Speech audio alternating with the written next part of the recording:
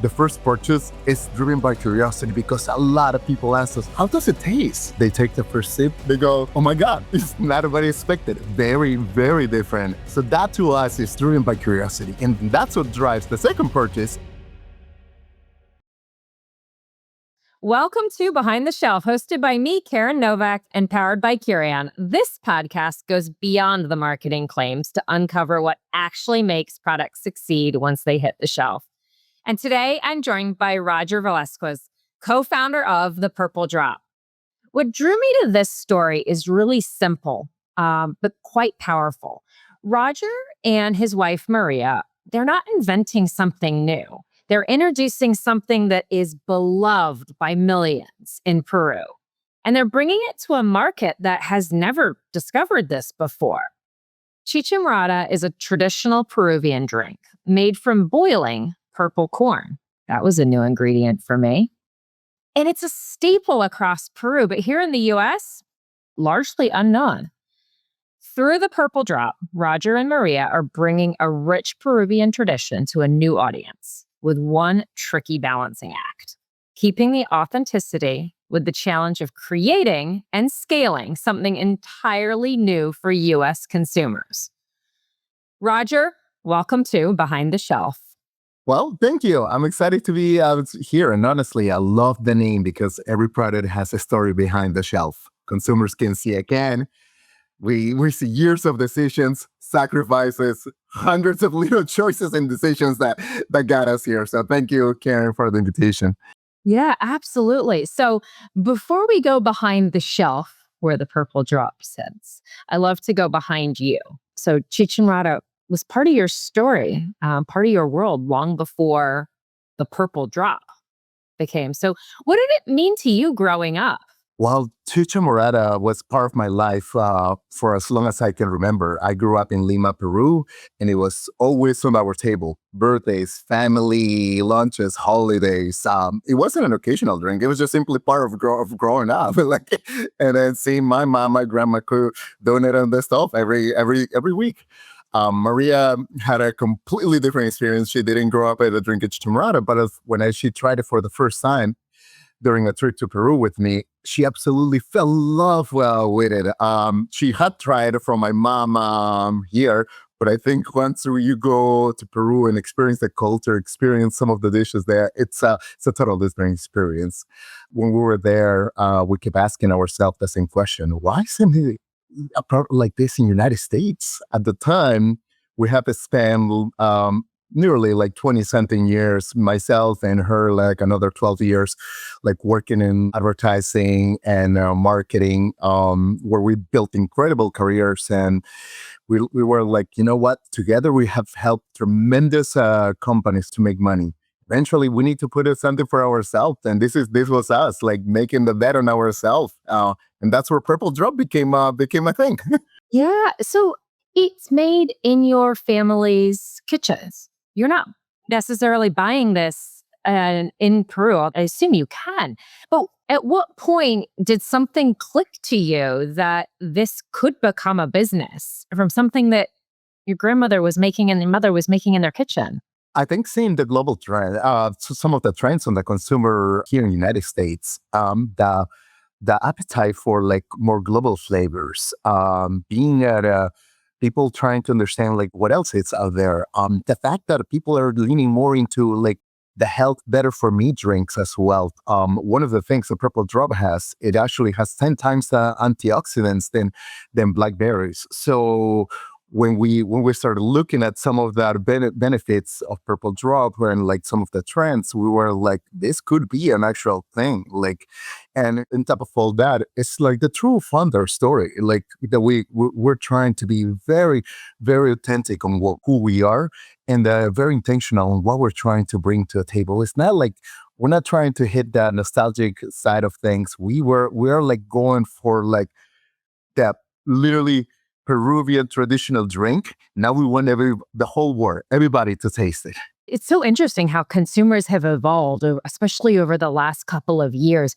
The acceptance and the seeking and acceptance of new flavors and recognizing that there's other ingredients out there that can provide these incredible nutritional benefits to them. There's a really big shift. So you are definitely riding the right wave here, I think. Thank you. And to add to that, we are introducing our culture. We're representing it from a Peruvian perspective. We know that millions of Peruvians already know exactly what Chicha Morada is. As authenticity wasn't negotiable for us. We weren't interested in creating purple-inspired new drink. It was like, let's bring Chicha Morada, like from the way we drink it, and bring it to a new market.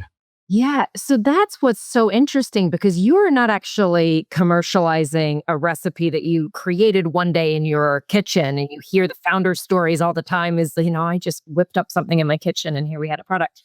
You're introducing something to a market that already means a lot to millions of people. Do you feel a sense of responsibility to your culture to get this right? 100%. And I think that was always on the back of our heads. Like, even when we got our first taste coming out of the brewery and like, are we doing it right? It does it taste like my mom's recipe that she has perfected over the years, and it brings hundreds of years of heritage. We absolutely feel the responsibility. I think when we start getting into the consumer side of things, it's like one of the things that we want to make sure it's the education side of things. It's like teaching our consumers something new, because consumers don't wake up on looking for a new category. I think you and I talked about that, Karen. Like, they wake up looking for something better. Like, we started with curiosity. Like, the can needs to get your attention. And that's where our branding experience came up. And we're like, make the color surprise them. The first sip when you look at it and it's like very purple, like changes their expectation. Then we tell the story of Peru. It's a traditional drink that has a lot of benefits. It's a juice. People ask me all the time, like, Roger, this is a seasonal drink. When can we drink it? And I'm like, you can drink it in the summer with ice, cold. Like, you can take it to the beach, or you can drink it in the fall or even winter. You can actually mix it with molten wine. You can actually mix it with tons of different spirits as well. So then that's where the education follows experience, not the other way around. Was there anything about the recipe or the culture that was like, absolutely, this is a non-negotiable? You're getting it into a can. And what was something that just had to stay true for you? It was purple corn from Peru and the way we made it. When we think about like the production of how we do the actual pepper corn, it's the way we do it in the stove. It's like we brew it, we put it in an actual pot, and we brewed the purple corn, and we start mixing it with the spices, with some cinnamon, some clove, and then we start adding the pineapple and some lime juice. We wanted to replicate the exact same process to have a product for us in a can. And that's probably what took us the longest part for us to like create something that we found so traditional and making it into a can. Now I'll say there are other chichimoradas here in the market, and we love all of them, but there are different ways of making it. And for us, we wanted to straight how it was. Sourcing that purple corn directly from Peru. Help me out and our listeners out. What exactly is purple corn? I mean, are we talking about corn on the cob in a purple color, or what is it? It literally is. And there's purple corn, and believe it or not, we have made our, with tons of research, there's purple corn in Central America and South America. Now, it's not the same one that we see growing in Peru, the same one that we can find in Mexico. We make that mistake in the past, and they all have like their own benefits. Like, I'll give you an example. In Mexico, they use purple corn to make tortillas, and it's beautiful. It tastes amazing. Purple corn in Peru is actually a bit different, and it grows in certain parts of Peru. It's very seasonal, and it has to do with the soil or where it grows. That's where some of that really potent color comes from us, and that's what benefits some of that like the help better for you parts of that of our Chicha Morada. Interesting. That must be difficult to procure that sometimes and just make sure that you really have that right. When we started trying to find distributors and like trying to find somebody that has purple corn here, and sometimes they don't have everything that we need in terms of like our purchases. Like sometimes we have to purchase it from somebody else, and like I said, it's seasonal. So like you have to go through different distributors, and I think that was part of also our research, and we started getting to know different people, and that helped us. Like this is how you ended up sourcing it, and tons of learning for us throughout that process. When people first try it for the first time, what have you learned about kind of what makes it click for them? What are some of the reactions that you get when they first try this? I have some in my refrigerator. It's amazing. But it's interesting. I was telling you before, I took it into work and there were about 12 of us that all tried it, and the reactions were really fascinating. What are some of your favorite reactions you had? Not what I expected. I think that is the line that we hear the most. The way we see it is like the first purchase is driven by curiosity because a lot of people ask us, Roger, Maria, how does it taste? Like, does purple corn taste like popcorn? Does that, we're like, no. And we go through the story of like, no, that chicha is purple corn is a chicha morada. It's a brew peppercorn. The way we do it, we add cinnamon, we add clove, and we mix it with pineapple, some lime juice. We added say some agave as a sweetener, and people hear that and they go like, "Oh wow, okay." They take the first sip, and then we're like, "What do you think?" They go, "Oh my god, it's not what I expected. Very very different." So that to us is like it's driven by curiosity. That's where we start from an education side of things. And that's what drives the second purchase. It's like now that you have tasted, it's the experience. And then I go like most people expect like, oh, you see the purple color. Does it taste like grape? Like because it's purple, it doesn't. And we're like, no, it doesn't taste like grape. Try it. And they learn it's purple corn. It's their antioxidant properties, and the fact that it comes from Peru and we've been drinking it for generations. They love the story. They love the global favors, and purple drops is right in the intersection of all those three. Yeah, no, I love that. You're so right. Always, the first purchase of something is driven by a curiosity, whether it be to the brand or to the product or to what it's supposed to do for you. Like, yeah, I gotta try that. I could see there, but it's that second purchase that comes from the experience that they had and something that has both surprised and delighted them enough to come back for what's there. And Karen, I think you saw with your own eyes when you share it with your with your coworkers. Yeah, no, absolutely. And we had everything, right? There were some people that were like, "Ooh, purple? Is it grape? Is it, what is it?" Because we're so conditioned to think of certain things tasting or looking a certain way. So it's just really interesting what you're doing and bringing something in and both educating and selling this to the consumers is absolutely fascinating. Thank Um, you. has there ever been a moment through the scaling of this? 'Cause there's so much, as you said at the beginning, there's so much that goes into Wow. Yes. from the kitchen to the can, to not just one can, but many, many cans. Was there ever a point where you were like, oh man, we are under so much pressure to make the product or the ingredients or the story more mainstream? Have you ever had to choose between like, you know what, in order to scale, we're going to need to do this versus, kind of staying true to the product's heritage? All the time, Karen. I think so. We launched in the spring. We had our first direct to consumer. Like we opened business during Memorial Day, and we already sold our first 1,000 cans. So that like we're had on the website. We have done tons of events, and we always go back to like what do we need to compromise from staying on the shelf, from earning that space. When we talk to distributors, they go like, oh, like a little bit of the price could be a little bit, it could be pricey. And that's conversations that Marie and I go back to, and like, and where do we compromise? Because we want to stay true to the traditional, like Chicha Morada. we want to like, do we go with a powder? Do we go with a concentrated, or do we come up with other versions, other SKUs as well that could be? And I think we're in the process of like, I think those are the challenges as we go and continue to go mainstream, like that we need to think about and like start figuring it out. Like we want to stay true, but at the same time, be able to provide the consumer something like they all can purchase and they all can take on.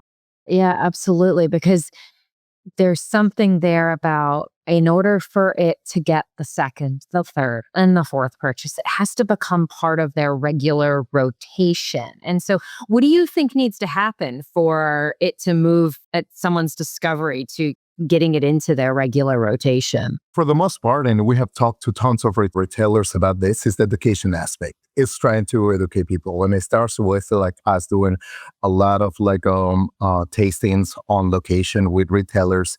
I start doing a lot of like we leverage our social media accounts to show people like, look, like this is what we do, this is how it tastes like, and we showed numbers of different pictures of what a purple drop is, how people like tend to ask the same questions all the time, like what does it taste like, does it taste like grape, does it taste like molten wine, how we can purchase it. So a lot of comes down to with the education aspect of it, and try to win their trust. And second comes from the business side of things, is like start trying to work on those operational side of things. So how do we can start working with distributors and retailers from a pricing and distribution perspective? Yeah. No, yeah, you're right. It's about education and awareness as much as getting that experience right, because it is something foreign to most consumers that would be coming across it. Absolutely. That is the most part that's the biggest challenge with the global trends. And I've seen it like at Summer Fancy and many other events. It's like when you bring global flavors into it, it's that education aspect. Everybody tells us, like even that people that have been working in industry for over 20 years, it's trying to people like do that second purchase. And to us, it's like that's how we're going about it with earn on media, and then actually with something media in the future to show like, hey, this is what we can do as well.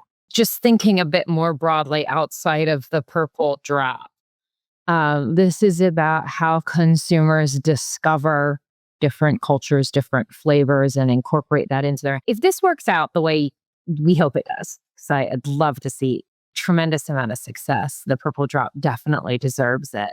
But what do you think changes not just for the purple drop, but how consumers, generally speaking, discover cultural products like this? I mean, look ahead. What do you think is going to continue to change here? I think we're already seeing a little bit of that of those trends transparently, and you will see pockets all over the United States where people are like already opening their palates to new global flavors.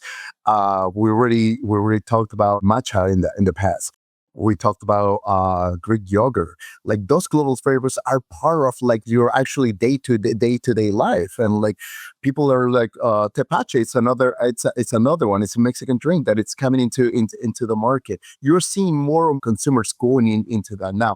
We are riding that wave and trying to also cognizant of like how is it now not just bringing like any product, but a Peruvian product of sorts into the United States.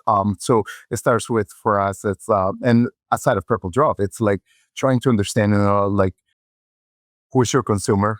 What are those retail buyers like thinking like realistically? How do they're calculating the risk in terms of what products they buy? Like what would it be a predictor of success? Like the product experience that we talked about, and like what are those trends? Sustainability at the end of the day, and like trying to make sure that people continue talking about like those global products. Yeah, no, absolutely. It's very, very fascinating. Thank you very much for all of that. It was a really phenomenal conversation. I love to end my podcasts with a quick shelf check. These are rapid fire answers only. Okay. Let's see how this goes here. Love it. Because like me, you've got some young kids at home. So I'm sure the answer to this one's going to be good. What is a must-have product on your grocery list right now? Olives. Olives. Yes, my kids love olives. They want their Greek olives, their Moroccan olives, Peruvian olives, and they love it. You know, that is one food that I really feel like I should love, and I just am one of those people that can't. I like pickles myself, so that's another one, and like little bites of cheese. So, but like Alex is probably and the strawberries are the ones we need to have like on everyday basis for the girls. Love it. I love it. Okay. Retail buyers, do you think they're too risk adverse, or are they just realistic in terms of what the consumers are going to buy? I think what I was saying before is they're realistic. I think and it depends on the which buyer it is. Like if you're talking about a Whole Foods buyer, it's sort of different than when you go to like a C-town. Like I think they're realistic, and so for now, product entrepreneur, like you have to know who your consumer is. Yeah, absolutely. Okay, better predictor of long-term success, the product experience or the branding? I would say branding earns you the first purchase. Product earns you the second. I think we talked about a little bit of that. It's like the curiosity and then like trying to keep up with the conversation. Absolutely. I could not agree more. Branding is important, but it's that product experience that'll get people coming back. What is one thing that happens behind the shelf that consumers maybe don't see or don't appreciate? I think what I tell you at the start, it's like those a million tiny decisions that you go through your head, those late nights that you go and go like, am I doing it the right way? Am I paying like enough attention to certain things like the formulation, the production, the distribution, all those little things that happen before we even get to show like a product in market? Yeah, absolutely. So much that goes into getting it there. Last one. Is there a trend out there that consumers say they care deeply about, but are rarely acting on? That's kind of a say-do gap there. I'll say sustainability. It's convenience until it enters the conversation. And I have seen that when, as I have gone in the last 6 months to like, per se, 10 plus events, it only comes up when people ask. That is so accurate. It's convenience until it enters the conversation. I love that. I love that line. Roger, thank you so much for joining us and taking us behind the shelf of the Purple Drop. We look forward to seeing what comes next. Thank you, Karen. I appreciate it. That's it for this episode of Behind the Shelf. If you found this conversation useful, don't keep it to yourself. Share it with colleagues, friends, people who are building a business too. Make sure to like, follow, subscribe so you never miss an episode. And if you want more real-world consumer insights, stay connected with us at Keren. Until next time, keep testing, keep learning, and keep building products people choose.